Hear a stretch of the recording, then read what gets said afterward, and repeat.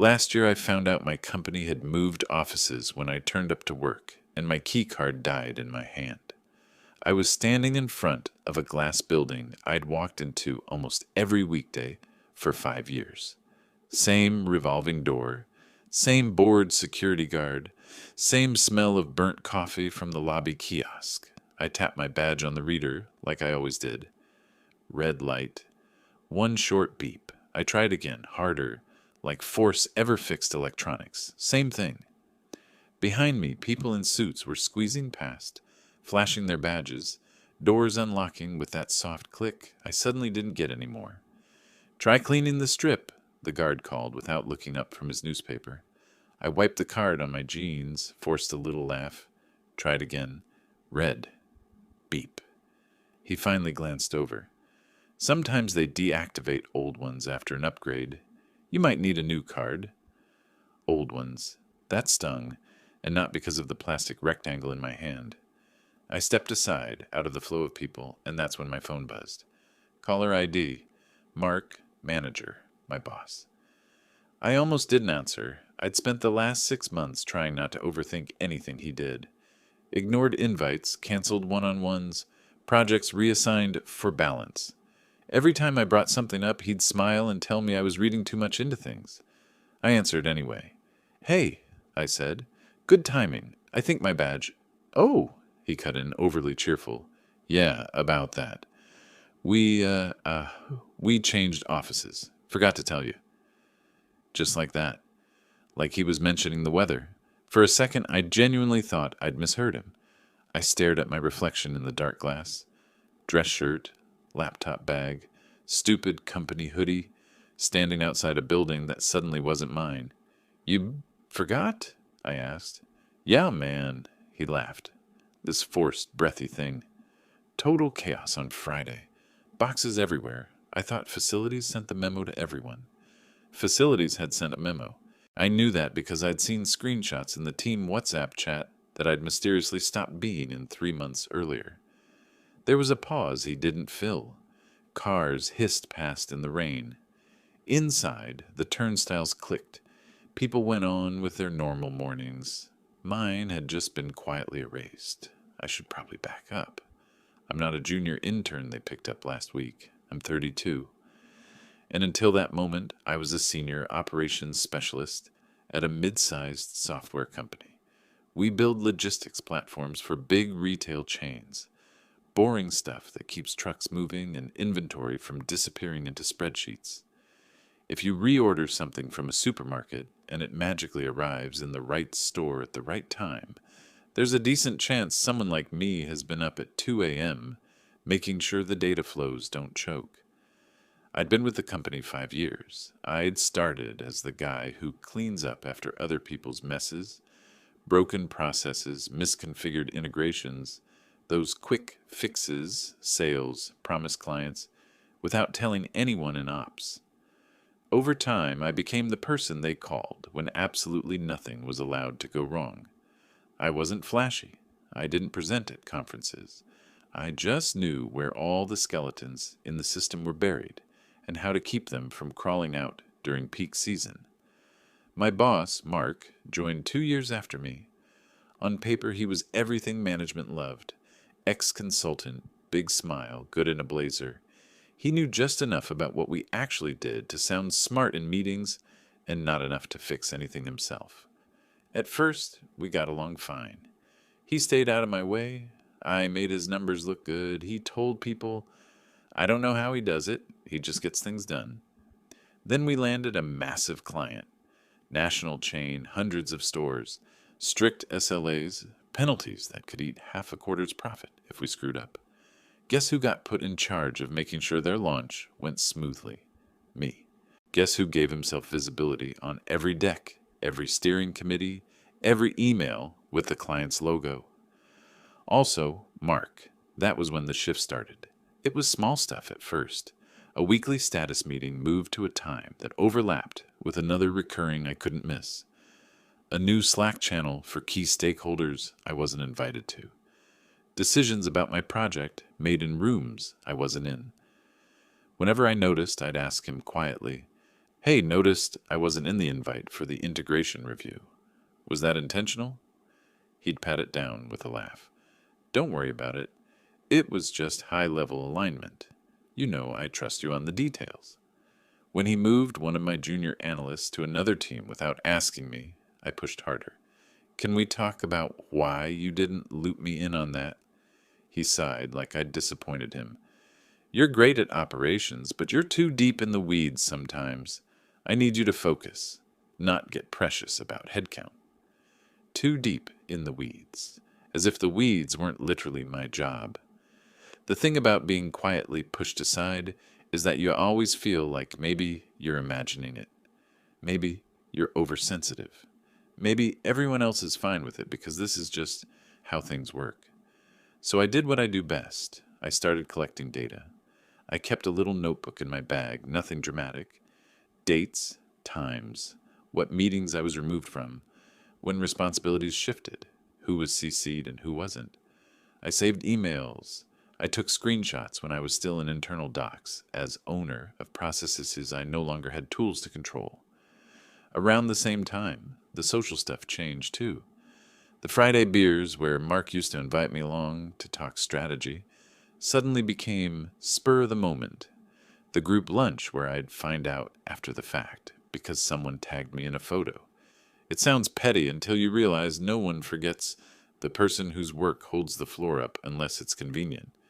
I could have ignored it, put my head down, hoped it would blow over, but then I watched him do the same thing to one of my guys, turning him into the invisible one who stayed late, fixing bugs no one else would acknowledge existed. That was when I stopped telling myself I was overreacting. Still, I didn't go to HR. I didn't storm into his office. I just watched, logged, waited to see what shape this thing wanted to take. Turns out it wanted to look like a mistake with my badge. The week before the move, there was a flurry of messages on the all-company channel about packing boxes, desk labels, color-coded floor plans. Our team was supposed to be in the second wave 2 weeks later because of the big client go live. That's what the info said anyway. On Thursday afternoon, Mark swung by my desk. "How's the go live prep?" he asked, leaning against the partition like a sitcom boss. "On track," I said. "We're still replicating the data to the new environment this weekend. I'll be in early Monday to check the cutover." Perfect, perfect. He nodded, eyes already flicking to his phone. "Listen, if anything shifts with the move, facilities will let you know. You know how they are." Chaos. He walked away before I could answer. On Friday, I worked from home, buried in deployment scripts. My calendar showed nothing about a sudden change for our team. Nobody called. Nobody messaged. At 6, I shut my laptop, told my girlfriend, "Next week is going to be rough," and went to bed thinking about cron jobs and error logs. Monday morning, I got up early, put on a clean shirt, grabbed my laptop, and drove on autopilot to the only office I'd ever had with them. And that's where we circle back. Me, at the door, badge flashing red. On the phone, Mark was still talking. "Yeah, facilities pushed our area into the first wave after all. They were supposed to send reminders over the weekend." He let out a theatrical sigh. "Total mess. I'm just glad you called." I hadn't called. He had. "Where is everyone?" I asked. "Oh, new place," he said like it was obvious. "We're at the Riverside building now. You got the address, right?" "No," I said. "I didn't get anything." Silence, just long enough for both of us to know he'd run out of easy lies. "Okay, well," he said quickly. "No use standing around. Just head over here and we'll sort you out. I'll tell security to expect you." He was trying to sound helpful, concerned, but there was something in his voice I'd spent 5 years hearing in other people, in clients right before a complaint, in vendors right before they backtracked on a promise. Guilt, trying very hard to sound like confusion. I ended the call, slid the useless badge into my pocket, and stood there for a few seconds, watching people I'd known for years scan in without even seeing me. I know how this kind of thing looks from the outside. A missed email, a chaotic office move, a misunderstanding. If it had happened once to anyone else, I probably would have believed that too. But I had 6 months of misunderstandings written down in my notebook. That was the moment something clicked into place for me. Not anger, not yet. Just clarity. This wasn't the start of something. It was the confirmation that whatever game Mark was playing, I wasn't imagining it, and I wasn't crazy.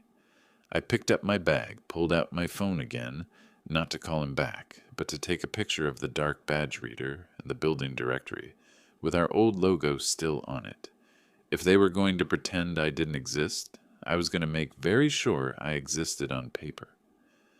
The new office was 20 minutes across town, a polished riverside complex with tinted windows and a lobby big enough to swallow my entire old floor. I'd been there once, months ago, during a partner demo. Never thought I'd be walking in as someone who apparently didn't belong anywhere. Security checked my ID, frowned at the Legacy Office database tag, called upstairs, then finally waved me through with the kind of look you give someone who's already had a bad morning. I didn't correct him. I didn't say anything at all. Mark was waiting near the elevators. "Finally," he said like I'd overslept. "Come on, let's get you settled. Crazy day, right?" He turned before I could answer. That was his move. Talk fast, walk faster. Don't let anyone slow the narrative. I followed him through a maze of glass partitions until he stopped at a desk, shoved against the far wall. No window, directly under an air vent that hummed like it was keeping the whole building cool. "This'll be temporary," he said. "You know how moves are. Controlled chaos. Controlled." I almost laughed. The rest of the team had desks in the central cluster, near the whiteboards, meeting pods, the coffee machine. Mine was the only one facing a wall. I set my laptop down, opened it, and realized all my pinned channels were dead. The internal comms team had created new workspace groups for the move. Facilities updates, Riverside announcements, Operations Hub. I wasn't in any of them. I clicked through to the client transition folder for the big retail account. A banner flashed. "You no longer have access to this file." That wasn't a glitch. Permissions in our company don't just vanish on accident. Someone has to remove you. My role was still listed in the system as account operations lead, responsible for go-live readiness, incident triage, and data integrity, but I couldn't open the workflow documents. I couldn't see the testing dashboards. I couldn't even view the integration mapping I built myself. This wasn't a desk shuffle. This was a quiet erasure.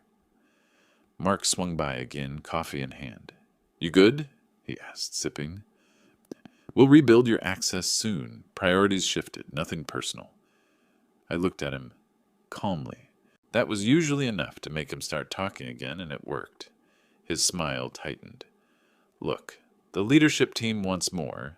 Flexibility," he said. "We're restructuring responsibilities. I figured you'd appreciate less stress. Better work-life balance." Better work-life balance. That's what managers say right before they push someone out and pretend it's kindness. "Appreciate the heads up," I said, and he relaxed a little, thinking I'd accepted the story. But that was just the beginning. After lunch, I got a message from a colleague in finance, one of the few people who actually paid attention to operational fallout. "Hey, did you know your name is still listed as primary ops owner for Retail Max? The auditors are reviewing escalation pathways. They'll ping you." Except I had zero access. If anything went wrong, the system would alert me, and I'd be responsible on paper, but powerless in practice. That's not incompetence. That's exposure. And exposure without authority is how companies make people quit before severance becomes an issue. I stepped outside, found a quiet corner near the staircase, and called someone I trusted, a friend from my old job, now an HR manager at a logistics firm. We hadn't talked in months, but she picked up on the second ring. "You're calling during work hours," she said. "Either congrats or condolences." "Neither," I said. "I think my boss is trying to make me disappear." I explained everything, the missing comms, the removed access, the desk placement, the badge. And when I finished, she didn't laugh. She didn't say I was overreacting. Instead, she said, They're building a constructive dismissal case, a subtle one. If you leave now, they get away clean. If you stay, they'll escalate until you break. That hit harder than anything Mark had done. And if I don't break? I asked.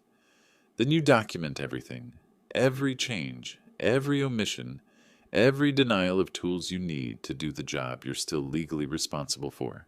If they slip, you'll have leverage.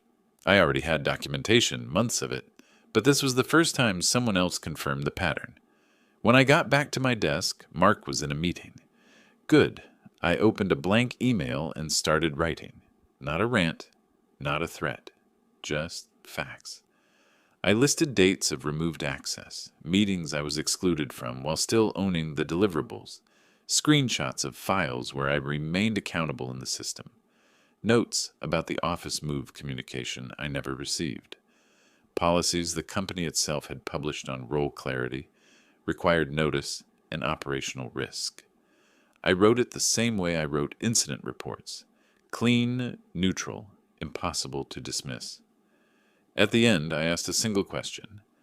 Can you please confirm in writing whether these changes reflect an authorized adjustment to my role, or whether they were implemented without following standard procedure? No anger, no accusation, just a request for clarity, copied to HR, internal compliance, and the director of operations. Because clarity is what corporations fear most when they've been sloppy. I hovered over the send button. For a moment, the office hummed around me. Printers, keyboards, soft laughter from people who knew exactly where they belonged. Then I clicked. The email left my outbox with a tiny whoosh. I closed my laptop, leaned back in my chair, and exhaled. I didn't know it yet, but that decision would cost them everything. The next morning, the silence didn't last long. At 8:12 a.m., my inbox lit up with 3 replies, stacked on top of each other. First, HR asking for a quick alignment meeting. Second, compliance, requesting clarification on my note about role ownership. Third, operations director, brief and cold. Join me and Mark at 10 Pues, conference room C. Mark hadn't replied at all. I walked into the office and felt something I hadn't felt in months. People watching me, not with hostility, but with that subtle, curious shift that happens when the usual balance in an office has cracked, and everyone wants to know who pushed. At 9:45, I printed every attachment in my email, the policies, the screenshots, the meeting logs, and walked to conference room C. The ops director, a serious man named Reynolds, who never wasted a sentence, was already inside, flipping through a printed copy of my email. He didn't look angry. He looked alarmed. Mark rushed in 2 minutes late, fake breathless, clutching a notebook he clearly hadn't opened. "Morning, sorry, rough traffic." Reynolds didn't acknowledge him. "Let's begin," he said, eyes still on me. "Your email yesterday, is everything in it accurate?" "Yes," I said. "I can provide additional documentation if needed." He nodded once. "We'll need it." Mark shifted in his chair. "Look, this is just a misunderstanding. We've had dozens of moving parts between the office relocation and the Retail Max rollout. No one is targeting anyone." Reynolds turned a page. "You removed his access to critical operational systems." "That's temporary," Mark said quickly. "We were reorganizing. I was going to bring him into the loop once things stabilized." "You left him listed as the accountable owner for a multi-million-dollar client, without giving him access to the tools required to execute that responsibility." Mark opened his mouth, closed it again. "Like I said," he tried, weaker. "Transition period. These things are messy." Reynolds set the papers down. "Messy," he repeated, flat. "If Retail Max experienced a system failure this week, escalation would route to someone who was intentionally kept out of every channel that could address it. Do you understand the liability that creates? Liability, the word that turns corporate posturing into corporate panic." Mark laughed, soft, strained. "Come on, nobody expected anything to fail." Reynolds stared at him. "Things fail constantly. That's why we have protocols." My turn. I asked for clarity because I don't want decisions made in the dark, I said. If my role has changed, I need that in writing. If it hasn't, I need the tools to do the job. Right now, I have neither. Reynolds nodded again, slowly. You handled this correctly. Mark's head snapped toward him. What? He copied half the executive chain on a departmental issue. That's because you failed to communicate, Reynolds said, and because your actions contradict company policy. Mark opened his notebook, flipping pages that were clearly blank. Okay. Let's all calm down. I take responsibility for the oversight. I'll get his access restored today. Reynolds didn't let him finish. No. At this point, access restoration alone doesn't address the situation. We need a review. Those 4 words detonated the room. Mark's face flushed. A review? Of what? I've managed this team for years. And according to the timeline provided, Reynolds said, your management has created operational blind spots and potential grounds for a constructive dismissal claim. Mark went pale, because that phrase meant legal would get involved, and legal doesn't play favorites. He tried one more angle. He's exaggerating. He's been sensitive lately. Reynolds looked at me, not him. Do you have an external offer? He asked. There it was. Clean, direct. No theatrics. Yes, I said. A preliminary one. I wasn't planning to take it unless the situation kept deteriorating. Reynolds leaned back. Well, he said, voice steady, given the circumstances, it may be best for all parties if we draft a transition agreement. Mark whipped his head around. You're letting him walk away with benefits after this stunt? Reynolds didn't blink. After your stunt, yes. For a moment, no one spoke. Then Mark muttered, This is ridiculous, grabbed his notebook, and walked out. Not a confident exit, a rattled one. The door clicked behind him. Reynolds waited a beat, then said quietly, We'll handle the rest. Send HR any additional documentation. You've done everything by the book. That was the closest thing to corporate absolution I'd ever heard. By the end of the day, HR had set up a formal package. Paid transition period, neutral reference, non-disparagement protection, severance, written confirmation that all my former responsibilities were reassigned. I reviewed every line. Nothing vague, nothing risky. When I signed, the HR rep hesitated before collecting the papers. You should know, she said carefully. We'll be conducting a management audit. Some things came to light today. Some things. I left the office feeling the air for the first time in months. I wasn't celebrating, not yet, but the ground had stopped shifting under my feet. As I stepped into the elevator, my phone buzzed. A friend from the team messaged, Whatever you said in that meeting, Mark's been pulled from the Retail Max account. Senior execs are furious. I stared at the screen for a moment. They thought I was gone. I wasn't. 3 months later, I barely recognized my own life. The new company wasn't glamorous. No rooftop baristas, no neon mission statements on the walls. Just a clean workflow, sane hours, and a manager who actually believed that job descriptions were promises, not suggestions. My mornings were quiet now, real quiet. Not the silence before the next fire I'd lived in for years. More like a room finally aired out after someone stopped smoking in it. I got used to closing my laptop at 7 and not thinking about it until morning. I got used to weekends being weekends. I got used to the strange freedom that comes when you're no longer waiting for your boss's name to pop up on your phone with another quick favor. But moving on doesn't erase the past. It just puts it somewhere you can't trip over. One Wednesday, during a coffee run, my phone buzzed with a message from Daniel, a former teammate who still worked at my old company. Most of his texts were memes and sarcasm, nothing serious. This one wasn't. Dude, you won't believe what happened to Mark. I sat down at an outdoor table, already knowing I'd believe every word. He called a minute later, not even waiting for me to ask. So, Daniel said, remember how he acted like the Retail Max mess was no big deal? Turns out the execs didn't agree. They'd been auditing all departmental decisions for the last year. That made sense. Corporate investigations move slowly, but they move thoroughly. He didn't handle it well, Daniel continued. He blamed everyone, analysts, contractors, even the facilities team. Meanwhile, every bit of documentation pointed back to him. Of course it did. What finally happened? I asked. Daniel laughed. Not cruel, but stunned. They reassigned him. Not to another project, to another building, the remote satellite office out in Ridgewater. Ridgewater, 45 minutes outside the city. No public transit. Just a low-rise building next to a storage facility. The place they sent people who were still technically employed, but no longer trusted with anything that mattered. How did he take it? I asked. That's the best part, Daniel said. He didn't know. They emailed him on Friday. He didn't check. He showed up Monday at Riverside like nothing happened. Tried to scan his badge. I don't breathe. And? I asked.